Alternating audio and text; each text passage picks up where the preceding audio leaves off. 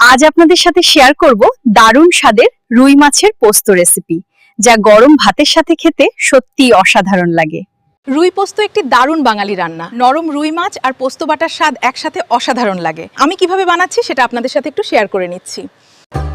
রুই পোস্তর জন্য লাগবে রুই মাছ ৫-৬ টুকরো, হলুদ গুঁড়ো ১ চা চামচ, নুন স্বাদ মতো, সর্ষের তেল ৫-৬ টেবিল চামচ, পোস্ত দানা ৪ টেবিল চামচ, কাঁচা লঙ্কা ৩-৪টে, পেঁয়াজ কুচি একটি মাঝারি, টমেটো কুচি শাকটা একটি ছোট, কাঁচা লঙ্কা চেরাটা ২টি, জিরে আধা চা চামচ, লাল লঙ্কা গুঁড়ো আধা চা চামচ। প্রথমে পোস্ত ১৫-২০ মিনিট জলে ভিজিয়ে রাখুন। তারপর কাঁচা লঙ্কা দিয়ে মিহি করে বেটে নিন। মসৃণ পেস্ট হলে আলাদা করে রাখুন।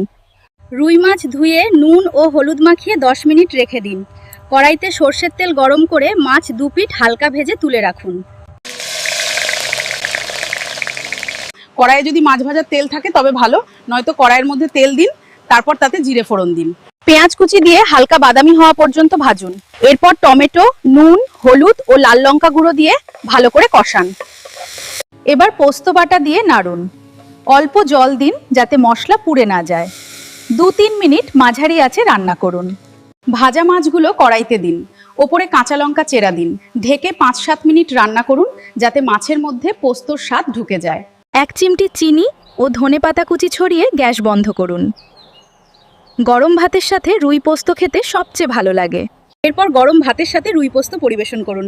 আমার এই ভিডিওটা ভালো লেগে থাকলে অবশ্যই লাইক করবেন, কমেন্ট করবেন এবং নতুন হয়ে থাকলে সাবস্ক্রাইব করবেন আমার এই চ্যানেলটাকে।